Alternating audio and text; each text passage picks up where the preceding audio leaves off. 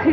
আমরা যুদ্ধ করেছি, আমরা স্বৈরাচার শেষ করেছি, দেশ থেকে বিতাড়িত করেছি, কিন্তু কিছু কিছু কিছু কিছু এখনো স্বৈরাচার আছে, যা আমরা বড় বড় হাত আছে, ওইখানে আমরা যেতেও পারি না। টাকার বিনিময়ে কাজ হয়, আমরা গরিব, আমরা টাকা দিতে পারি না, আমরা ন্যায্যটা আমরা আদায় করতে পারি না।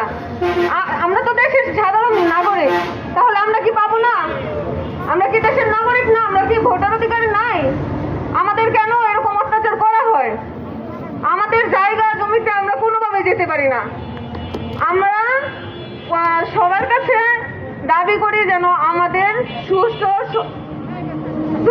তদন্ত করে আমাদের জায়গা যদি আমাদের হয় আমাকে বুঝিয়ে দিবে, আর যদি ওনাদের হয় ওনাদের বুঝিয়ে দিবে। আমরা চাই না এরকম। আমার দুধের বাচ্চা নিয়ে আমি কেন বারবার আদালতে আসবো? কেন আসবো? আমার সংসার নাই, আমার শ্বশুর বাড়ি নাই, আমার বাবার বাড়ি গন্ডগোলে কেন আমাকে জড়াবে?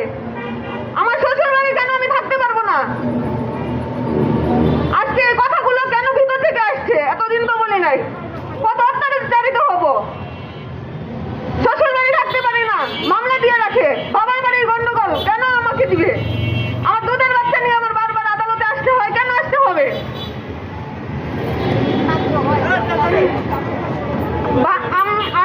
আমি সবার পক্ষ থেকে, আমার পক্ষ থেকে আমি চাই সুষ্ঠু তদন্ত হোক, উপর মহলে যাক, এটা তদন্ত বের করুক, আমাদের শান্তি দেখ। আমরা শান্তি চাই।